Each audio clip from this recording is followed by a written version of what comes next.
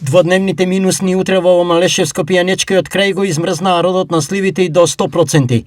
Неголемата штета се случила вчера, а она што останало утринава е доизмрзнато. Големи штети, тоа до сега не е видено, а веќе 30 години кога се бавам со овоштарство, прва година е тоа. Сливата е уништена 100%. Освен сливите, оштетување има и кај вишните, што катастрофата ја прави уште поголема. А вишната, па различно во која фаза е, значи ако е у прецветување, има 50% штета, а ако е во полн цвет, многу малку, многу минимално.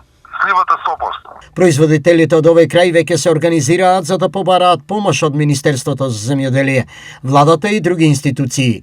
За нив штетите се поголеми отколку што можат да поднесат.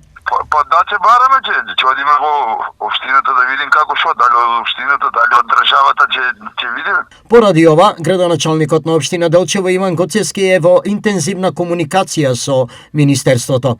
Најави за во понеделник можно прогласување на елементарна непогода. Веќе разговаравме со надлежните во Министерство за земјоделие. Се договоривме да оствариме покасно во текот на денот и уште еден Зум разговор за да видиме какви ќе бидат плановите и какви ќе бидат идните насоки, како ние како општина треба да постапиме и што се очекува од Министерството за земјоделие. Најдонек ќе се реши што да се прави, дали ќе се прогласи елементарна непогода. Во меѓувреме, по увидот кој Гоцевски го извршил на терен, измрзнување има и кај другите овошни насади. Дално сум присутен на повеќе посеби во Пијанечкиот регион конкретно. Се забележува дека има сериозни оштетувања на овошните насади, не само на слива и на вишна, на цреше и на кајсија.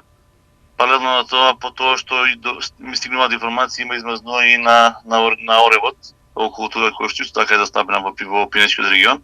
Ова значи дека брендираната малешевска црна слива оваа година практично ќе ја нема, што подразбира повисоки цени на овој продукт кој ќе стигне од другите делови на државата.